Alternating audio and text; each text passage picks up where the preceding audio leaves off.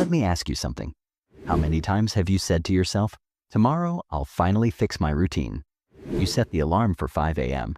You imagine yourself studying for hours, exercising, reading, maybe even cooking a healthy breakfast. But then, tomorrow comes, and what happens?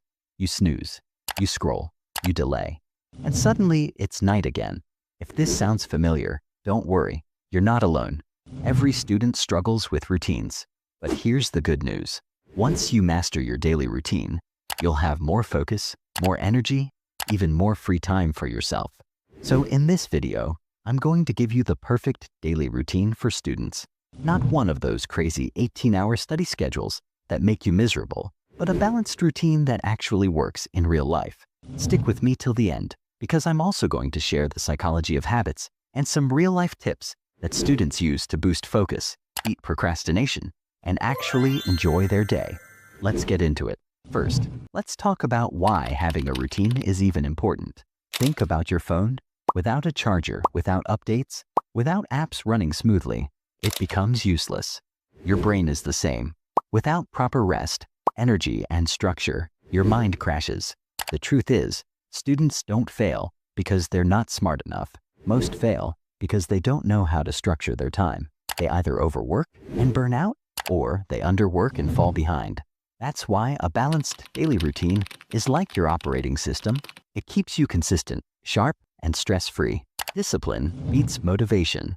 You won't always feel like studying, but if your day is designed right, your routine will carry you through. Morning routine. Wake up. Let's be honest. Most students either set alarms they never wake up to, or they set 10 alarms and still end up waking at 9 a.m. But here's the truth. You don't need to torture yourself with a 4 a.m. routine. Waking up between 5:30 and 7 is the sweet spot.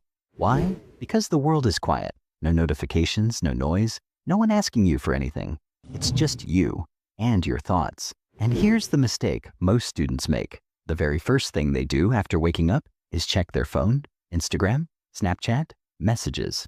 That's like inviting 50 strangers to dump their thoughts into your brain before you've even brushed your teeth. Instead, get up, stretch your arms, and drink water.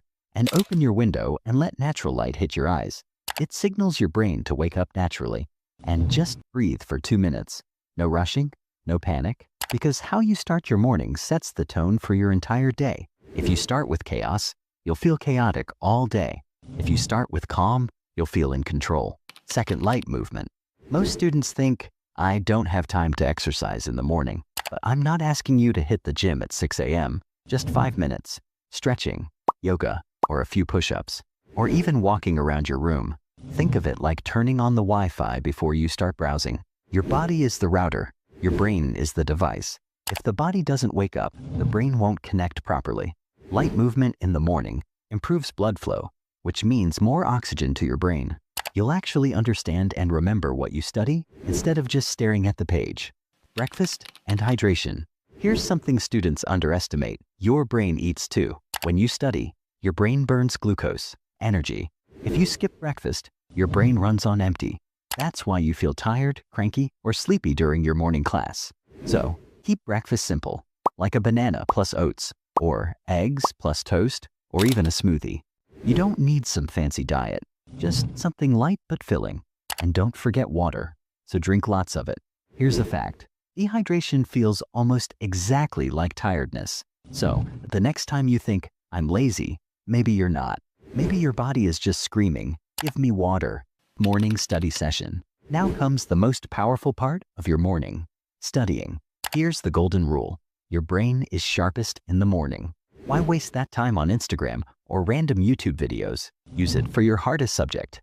For example, if you struggle with math, solve problems in the morning.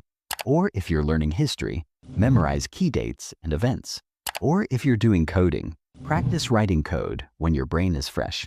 1 focused hour in the morning is equal to 3 tired hours at night. And here's how to do it. Use the Pomodoro method. 50 minutes of pure focus. 10 minutes break. No multitasking. No background TV. No endless playlist scrolling. Just deep work. And during the 10-minute break, don't touch your phone. Stand up, stretch, drink water, look outside. Give your brain actual rest, not more stimulation. Your brain isn't a machine. Even the machine also need the rest to work well.